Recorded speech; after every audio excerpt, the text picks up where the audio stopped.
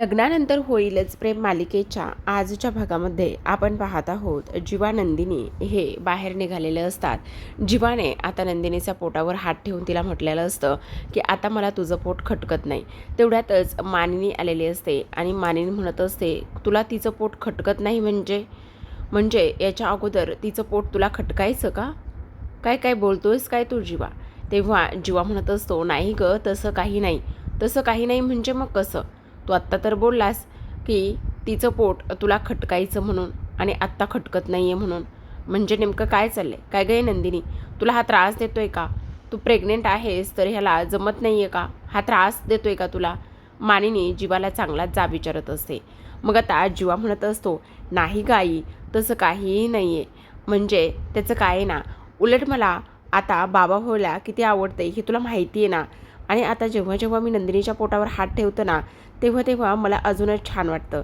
आणि म्हणून मी फक्त सहज म्हटलं की आता ना मला तुझं पोट खटकत नाही वगैरे वगैरे, ह्या सगळ्या गोष्टी मी इथे बोललो, बस एवढंच. मग आता मानिनी नंदिनीकडे येते आणि म्हणत असते नंदिनी, एक गोष्ट सांगू का तुला? हे बघ, आता ना तुलासुद्धा 3 महिने पूर्ण होत आलेले आहेत. काय रे मेल्या, मला सांग, पार्थने एवढं सगळं काही काव्यासाठी केलं, म्हणजे जो काही काव्याच्या चोरवटीला कसा तो IAS अधिकारी वगैरे आणला, त्याचबरोबर तू नेमकं नंदिनीसाठी काय करणार आहेस? काहीतरी ठरवलं असशील ना तू काय करायचं आणि काय नाही ते. तेव्हा जीवा म्हणत असतो हां, मी तर ठरवलं आहे. म्हणजे मी ना इकडे एखादा बॉलिवूड ॲक्टर वगैरे आणण्याचं ठरवलं आहे. काय बॉलिवूड ॲक्टर वगैरे? हां, म्हणजे बघ ना, त्याला पाहण्याची फार जास्त सर्वांना इच्छा असते. म्हणून मग मी म्हटलं आपले जे काही विक्रम देशमुख जे आहेत ना, त्यांनाच इथे इन्व्हाइट करावं आणि मग बघावं त्यांच्यावर कोणाकोणाच्या नजरा खेळतायत ते. असं म्हटल्याबरोबर आता मानिनी म्हणत असते काय रे मेल्या, मुद्दामून तू मला हे सगळं काही बोलतोयस ना, आणि मुद्दामून माझी इथे खेचतोयस ना तू. थांब, तुला तर सोडतच नसते. मग आता इथे जीवा म्हणत असतो हो का, मला सोडत नसतेस, पण मला एक गोष्ट सांग सगळ्यात महत्त्वाची म्हणजे मी मीनाक्षीलाही सुद्धा इथे इन्व्हाइट केलं तर मग काय होईल बरं, सांग बरं.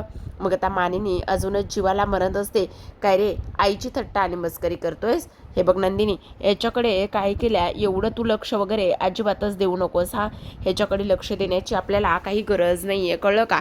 तुला मी हे ॲपल कट करून दिलेलं आहे, व्यवस्थित खा आणि स्वतःची काळजी वगैरे सुद्धा तू घे, कळलं का तुला? ह्या मेल्याची एवढी थट्टा मस्करी ही चालतच असते, त्याच्याकडे एवढा तो विचार आणि त्याचबरोबर एवढं लक्ष वगैरे देण्याची काही गरज नाही, असं सुद्धा आता इथे ती बोलत असते. आणि तेव्हा मानिनी म्हणत असते हा ना खूप जास्त आगाऊपणा करतोय आणि हा ना मला खूपच जास्त बोलतोय बरं का, असं सुद्धा आता इथे ती बोलत असते. तर आता मानिनी तिथून निघून जाते. मग आता नंदिनी म्हणत असते एवढ्या गोड आईला आपण फसवतोय, ह्याबद्दल खरंच जीवा फार वाईट वाटतंय बरं का. आपण खरंच एवढ्या गोड आईला फसवण्याचा आपल्याला कोणी हक्क दिला आहे का? मग आता जीवा म्हणत असतो हे बघ नंदिनी, तू काळजी करू नकोस. प्रत्येक गोष्टीच्या मागे काही ना काही हेतू दडलेलाच असतो आणि आपण हे जे काही करतोय ना, ते ह्या सगळ्या गोष्टी का आणि कशासाठी करतोय हे तुलासुद्धा चांगलंच माहिती ना. मग का उगाचच तू एवढ्या सगळ्या गोष्टींचा विचार करतेस? तेव्हा दुसरीकडे आपण पाहतो आता आर्या ही काव्या आणि त्याचबरोबर पार्थ ह्या दोघांनासुद्धा भेटलेली असते. मग आता इथे पार्थने काव्या आर्या ह्या दोघींसाठी सुद्धा नारळ पाणी आणलेलं असतं. नारळ पाणी आणल्यानंतर इथे काव्या म्हणत असते खरंच हो, खरंच देशमुख, तुम्हाला कसं कळतं हो, मला आणि त्याचबरोबर माझ्या बेबूला आत्ता ह्याची फार जास्त गरज होती, मला तर हेच हवं होतं. खरंच तुम्हाला फार कळतं बरं का. मग आता आर्या म्हणत असते हो खरंच ना, तुमच्या दोघींचे नवरेसुद्धा फार जास्त स्वालीला आहेत बरं का, म्हणजे कमाल आहे तुम्हा दोघींचे सुद्धा नवरे, असं सुद्धा ती इथे बोलत असते. आता हे सगळं बोलून झाल्यानंतर इथे पार्थ म्हणत असतो हो ते तर आहेच म्हणा, काय करणार आता, ह्यांच्या मागे मागे पुढे पुढे करावंच लागतंय आपल्याला, त्याच्याशिवाय कुठे पर्याय आहे, असं सुद्धा आता इथे ती बोलत असते. मग आता इकडे तू इकडे कशी काय, म्हणजे मला काही नाही समजलं. नाही ग, मला ना इथे नंदिनीला भेटायचं होतं म्हणून मी खरं तर इकडे आले होते, असं ती बोलते. काय नंदिनी ताईला तुला भेटायचं होतं? पण नंदिनी ताईनं तर आम्हाला असं काही सांगितलंच नाही की ती तुला भेटणार आहे वगैरे वगैरे. नाही ग, ते अचानकच ठरलं ना, म्हणून कदाचित इथे तुझ्याशी काही डिस्कस वगैरे किंवा काही बोलणं वगैरे झालेलं नसेल, असं सुद्धा आता इथे ती बोलत असते. तेव्हा आता आर्या म्हणत असते, पण मला एक गोष्ट सांग, एवढ्या उन्हातानाचं वगैरे तुम्ही इकडे काय करताय, काय गरज आहे उन्हातानाचं फिरण्याची, तू प्रेग्नेंट आहेस ना? तेव्हा काव्या म्हणत असते, हो गं, त्याचं काय झालं आहे, तुला एक गोष्ट सांगू का, आम्ही ना एका खूप मोठ्या केसवर काम करत आहोत, म्हणजे आय एचा जो काही रोड आहे ना त्याच्यावरती आम्ही काम करतो आहेत, आणि त्याच्यावरती काम करत असताना ना आम्हाला हे सगळं कोणालाही सांगायचं नाही आहे खरं तर, आणि त्यामुळे ह्या सगळ्या गोष्टी आहेत. आणि तू आत्ता जेव्हा नंदिनी ताईला भेटणार आहेस ना, तर प्लीज तू आत्ता ह्या सगळ्या गोष्टी अजिबात तिला सांगू वगैरे नकोस हा, म्हणजे त्याचं काय आहे ना, आम्ही हे कोणालाही सांगितलेलं नाही आहे. मग आता आर्या म्हणत असते, हो हो चालेल ना, मी कोणालाही काहीही सांगणार नाही आहे, असं म्हणून ती तिथून निघून जाण्याचा प्रयत्न करते, कारण म्हणत असते नंदिनी आता माझी वाट बघत असेल, मला जावं लागणार आहे. त्यानंतर नंदिनीला आता लगेच ती बाजूला जाऊन फोन करते, आणि नंदिनीला फोन केल्यानंतर म्हणत असते, आपण आपलं भेटीचं ठिकाण जे आहे ना ते चेंज करत आहोत, मी तुला दुसऱ्या ठिकाणी येऊन भेटते, असं स्पष्टपणे ती आता इथे सांगत असते. आणि त्यानंतर ती तिथून निघून जाते. आता ती तिथून निघून गेल्यानंतर इथे मात्र नंदिनी तिची वाटच बघत असते, आणि नंदिनी तिची वाट बघत असताना दोघीही जणी आता पाहिजे त्या ठिकाणी जाऊन पोहोचतात. सोबत जीवासुद्धा आलेला असतो, कारण त्यांना आता इकडे जी ट्रीटमेंट करायची असते सरोगेट मदरची, ती ट्रीटमेंट एका दुसऱ्या हॉस्पिटलमध्ये त्या दोघींना सुद्धा करायची असते, आणि त्यामुळे आता इकडे त्या दोघी जणी तिथे पोहोचलेल्या असतात. आता तिथे पोहोचल्यानंतर ही जी आर्या आहे ती म्हणत असते, खरं तर हे सगळं मी माझ्या हॉस्पिटलमध्येच करणार होते, पण ना त्याचं काय झालं ना, इथे ह्या ज्या डॉक्टर आहेत ना त्या फार छान आहेत, आणि सगळे कशी ट्रान्सपरन्सी असावी त्यामुळे मी ह्या डॉक्टर चूज केल्या आहेत, आणि त्याचबरोबर त्यांचं ओपिनियन आणि त्यांचं जे काही आत्तापर्यंतचं काम आहे ना ते खूप चांगलं आहे, म्हणून ह्या डॉक्टर निवडलेल्या आहेत, असं आर्या सांगत असते. मग आता जीवा म्हणत असतो, ठीक आहे ना, मला तर काही प्रॉब्लेम नाही आहे, खरं तर आता ना ही आमच्यासाठी हीच आनंदाची गोष्ट असणार आहे की इथे तू ह्या आमच्या बाळाला जन्म देण्यासाठी तयार आहेस आणि सरोगेट मदर होण्यासाठी तयार आहेस, हीच आमच्यासाठी फार जास्त आनंदाची गोष्ट आहे. मग आता डॉक्टरांचा आर्याला कॉल येतो. डॉक्टर म्हणत असतात, डॉक्टर आर्या तुम्ही जर आला असाल तर प्लीज आतमध्ये येऊ शकता. तेव्हा डॉक्टर इथे आर्या म्हणत असते, हो हो मॅडम, आम्ही जस्ट आलोच आहोत, पोचतो. मग आता आर्या, नंदिनी आणि सोबत जीवा हे तिघेही जण आता डॉक्टरांच्या केबिनमध्ये असतात. आता एकंदरीत काय तर ही जी काही प्रोसेस आहे ना ती कशा पद्धतीने होते, त्यानंतर ही प्रोसेस केल्यानंतर प्रेग्नेन्सी पॉझिटिव्ह आहे का नाही हे किती दिवसांनी समजतं, ह्याबद्दल त्यांची चर्चा सुरू असते. आणि जीवा हे सगळं काही खूपच आपुलकीने आतुरतेने विचारत असतो. तेव्हा डॉक्टर म्हणत असतात, साधारण ते सगळ्या प्रोसेस आणि टेस्ट समजण्यासाठी एक 15 दिवसाचा कालावधी लागतो, आणि 15 दिवसांनी समजतं की प्रेग्नेंट टेस्ट जी आहे ती पॉझिटिव्ह आली आहे का नाही ते. आणि तुम्हाला एक गोष्ट सांगू का, ह्याच्यामध्ये ना आणखी काही चान्सेस असतात. कसले, म्हणजे बाळ हे एकच कधीकधी जन्माला येत नाही, त्यामध्ये जुळी आणि तिळी बाळंसुद्धा कधीकधी जन्माला येतात. तेव्हा जीवाचा आनंद गगनात मावत नसतो. तो म्हणत असतो, काय म्हणजे तिळी बाळं जन्माला, म्हणजे 3 मुलं जन्माला येणार आहेत, बाप रे बाप, बापरे, पण त्यातली एक तरी मुलगी असेल ना डॉक्टर. हा म्हणजे असू शकते, पण असं होतच असं नाही, शक्यता कमी असते. एक बाळ जन्माला येण्याची शक्यतो 2 बाळे हे जन्माला येतातच. पण मग जीवा आनंद व्यक्त करत असतो, तो म्हणत असतो, वाव, हे कसलं भारी आहे ना, 3 बाळ, पारदादाचं 1 बाळ, आणि त्याच्यानंतर हे जर 3 बाळ असतील तर देशमुखांच्या घराचं गोकुळच होणार आहे. तो बोलत असतो आणि उड्या मारायला लागलेला असतो. नंदिनी त्याला आवरण्याचा प्रयत्न करत असते, थांबवण्याचा प्रयत्न करत असते, आणि म्हणत असते, जीवा तुमचं काय चाललंय, तुम्ही जरा शांत बसा बरं, शांत बसणार आहात की नाही, हे सगळं काय आहे, अहो जरा तरी सगळ्या गोष्टीचं भान ठेवा, काय करताय तुम्ही हे, प्लीज जरा शांत बसा बरं, असं सुद्धा आता इकडे ती त्याला बोलत असते. तेव्हा डॉक्टर म्हणत असतात, हो तुमचा आनंद बघते मी, मला सुद्धा कळतंय की तुम्हाला किती आनंद होतोय ते, पण मग आता इथे नंदिनी म्हणत असते, अहो तुम्हाला कुठे तुमच्या पोटात बाळ वाढवायचे. तेव्हा जीवा म्हणत असतो, मग तुला तरी कुठे तुझ्या पोटात बाळ वाढवायचे, असं म्हटल्याबरोबर नंदिनीला वाईट वाटत असतं, नंदिनीला रडायला यायला लागलेलं असतं, कारण जीवा नकळतपणे तशा पद्धतीचं काहीतरी बोलून गेलेलं असतो. डॉक्टरांना सुद्धा हे समजलेलं असतं, आणि आर्याला सुद्धा ह्या गोष्टी समजतात की ह्यांच्यामध्ये नक्कीच काहीतरी काहीतरी झालंय आणि नंदिनी थोडीशी अपसेट झालेली आहे. मग त्या डॉक्टरांना अर्जंटमध्ये एक फोन येतो आणि बाहेर बोलवलेलं असतं. डॉक्टर तो फोन घेतात आणि म्हणत असतात मी आलेच असं म्हणून त्या निघून जातात.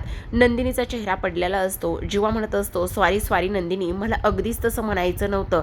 नंदिनी तिथून निघून जाणार तेवढ्यात जीवा पटकन तिच्या पुढे जातो आणि तिला थांबवण्याचा प्रयत्न करतो आणि म्हणत असतो नंदिनी प्लीज थांब ना, हे बघ प्लीज मी काय म्हणतोय ते एकदा ऐकून घे ना, हे बघ मला तसं काहीच नव्हतं म्हणायचं, सॉरी ना, तू रडू नकोस ना, अगं मी चुकून बोलून गेलो, हे देवा परमेश्वरा मला काहीतरी शिक्षा दे, हे बघ असं म्हणून तो तिच्यासमोर गुडघ्यावर बसतो, सॉरी म्हणत असतो आणि माफी मागण्याचा पूर्णतः प्रयत्न करत असतो. इकडे आर्या मात्र सगळं काही पाहत असते आणि म्हणत असते बापरे जीवा, भारी आहे तुझं सॉरी म्हणणं आणि ह्या सगळ्या गोष्टी आवडलं बरं का मला, पण नंदिनी काही म्हण, तुझा नवरा ना खरंच खूपच जास्त रोमॅन्टिक आहे बरं का, आणि ह्याला तर तू माफ करूच नकोस बरं का, ह्याला ना काही कळतच नाही, हा वेडा आहे, हा बुद्धू आहे असं बोलल्याबरोबर आता लगेचच नंदिनी हसायला लागलेली असते आणि आर्या म्हणत असते बघ हसलीस ना तू, हे तर मात्र एकदमच योग्य झालं आहे. आणि खरं तर 3-3 बाळ जन्माला आले ना तर तुम्हाला सांगू का, 2 बाळ मी तर तुम्हाला देईल आणि 1 बाळ ना मी मलाच ठेवेल, कारण ना माझ्या ह्या विखुरलेल्या आयुष्यात आणि त्याचबरोबर वाळवंटासारखं झालेल्या आयुष्यात कोणीतरी आनंद घालायला नक्कीच येईल असं आर्या बोलत असते. आणि तेव्हा नंदिनी आणि जीवा हे दोघी जण पाहत असतात आर्याकडे. मग आता आर्या म्हणत असते पण इस बात पे तो मुझे कुछ तो खाना है, म्हणजे मला काही चालेल, चायनीजमध्ये काहीही चालेल. ए बाई तू वेडीयस का आर्या, अगं आता थोड्या दिवसाने तुझ्या पोटामध्ये आता बाळ वाढणार आहे आणि तू असं काहीतरी अटर चटर पटर खाल्लंस तर कसं होणार आहे. मग आता आर्या म्हणत असते हे फक्त शेवटचं. मग त्या जीवा म्हणत असतो ठीक आहे चालेल, लास्टचा पण ही ट्रीट माझ्याकडून असणार आहे शेवटची असं म्हटल्याबरोबर नंदिनी म्हणत असते नको पण नको म्हणून सुद्धा कोण ऐकते. आता आर्या नंदिनीला घेऊन जात असते आणि जाता जीवाला मिठी मारते आणि त्याला लव यू म्हणत असते आणि ते तिघेही जण तिथून आता निघून जातात. दुसरीकडे आपण पाहतो पार्थ आता काव्याचे पाय दाबून देत असतो. काव्या म्हणत असते खरं तर देशमुख तुम्हाला एक गोष्ट सांगू का, प्रेग्नेन्सीमध्ये एवढे लाड माझे होतील ना हे तर मला कधी कळलंच नव्हतं किंवा मला कधी वाटलंच नव्हतं की तुम्ही माझ्या प्रेग्नेन्सीमध्ये एवढे लाड कराल म्हणून, पण मला भारी वाटतंय बरं का. तेव्हा पार्थ म्हणत असतो हो का, काय करणार आता, आमची मांजर आमच्या बाळाला जन्म देणारे म्हटल्यावर हे तर लाड करावेच लागणार आहेत ना. मग आता काव्या म्हणत असते देशमुख तुमच्या गोष्ट एक लक्षात येत नाही आहे का, म्हणजे बघा ना आता सगळ्यांचं सगळं कसं चांगलं आहे, म्हणजे बघा ना आता इथे मी सुद्धा प्रेग्नेंट आहे, आपल्याला बाळ होणार आहे, नंदिनी ताईला बाळ होणार आहे आणि मला ना असं वाटतंय की आता आर्याला सुद्धा एखादं मूल झालं पाहिजे. म्हणजे मूल म्हणण्यापेक्षा ना तुम्हाला एक गोष्ट सांगू का, इथे आर्या जी आहे ना ती आर्या सुद्धा इथे प्रेग्नेंट राहिली पाहिजे आणि त्याचबरोबर तिचं लग्नसुद्धा झालं पाहिजे असं सुद्धा आता इकडे तो बोलत असतो.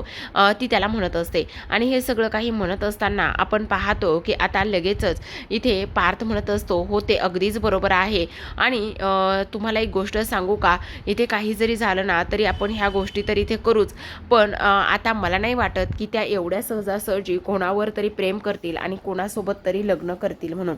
म्हणजे काव्या म्हणत असते हो म्हणजे असं म्हणायचं आहे का तुम्हाला की कशी दिव्या म्हटली होती की आता युनिव्हर्सने चांगली मुलं जन्माला घालणं बंदच केलेलं आहे, चांगली मुलं भेटली तर त्यांना सोडायला नाही पाहिजे वगैरे.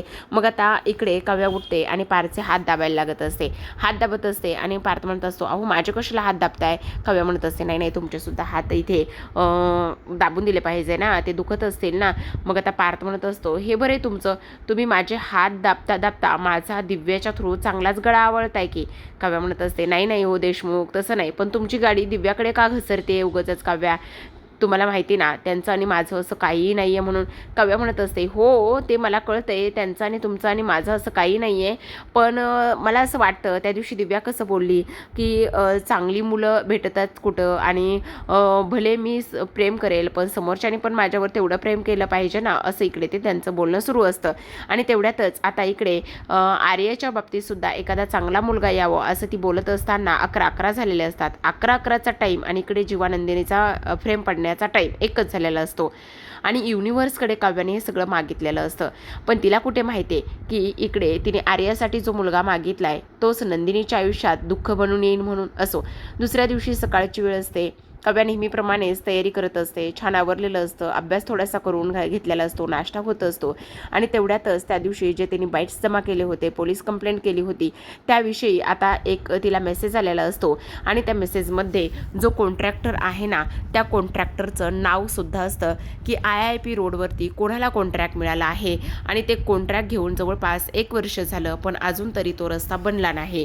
ह्याच्या संदर्भामध्ये सगळ्या काही डिटेल्स आता तिला मिळालेल्या असतात आणि तेव्हा ती म्हणत असते, बघितलं का देशमुख, हे सगळं काय आहे?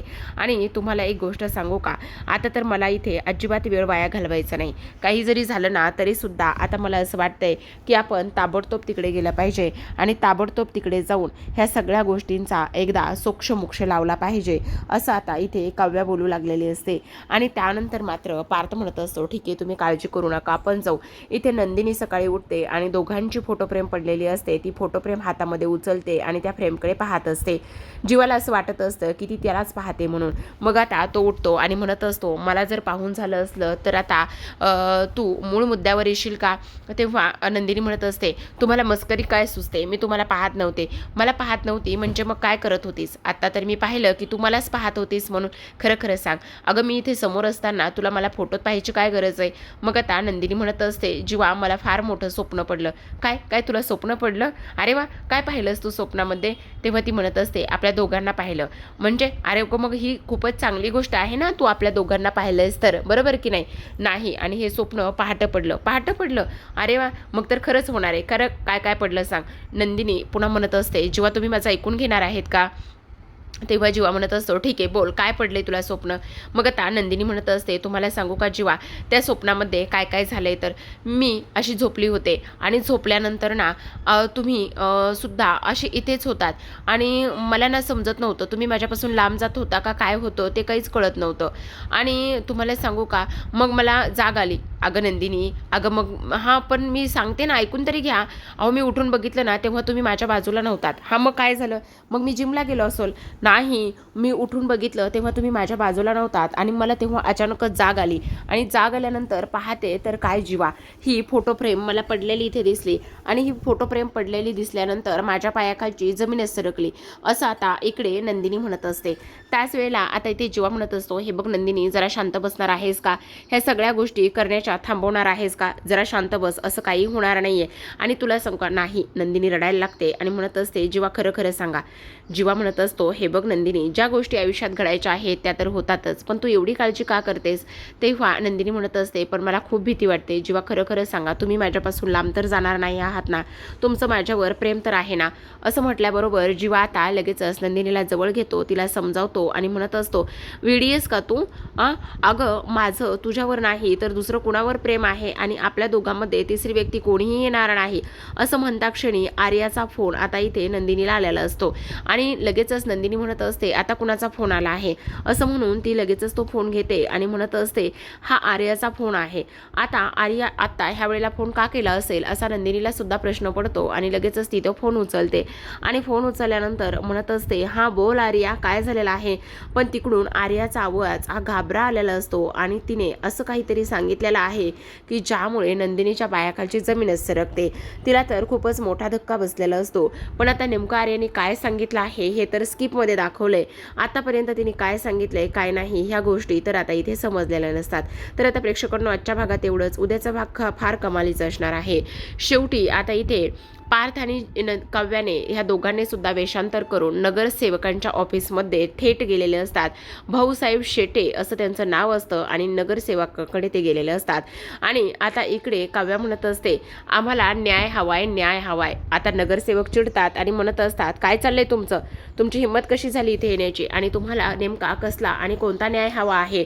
आणि त्याचबरोबर इथे पार्थ म्हणत असतो, अहो साहेब, त्या IIP रोडवरती किती खड्डे आहेत, किती काय काय झालेलं आहे, तो रस्ता कधी बनत आहे की नाही?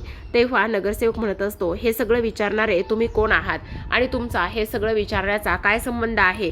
तेव्हा आता इकडे काव्या जी आहे ती काव्या डोक्यावरचा पदर बाजूला करते आणि म्हणत असते, मी भावी IAS आहे आणि ह्या देशाची एक नागरिक आहे, त्यामुळे मला माझ्या प्रश्नांची उत्तरं मिळालीच पाहिजेत.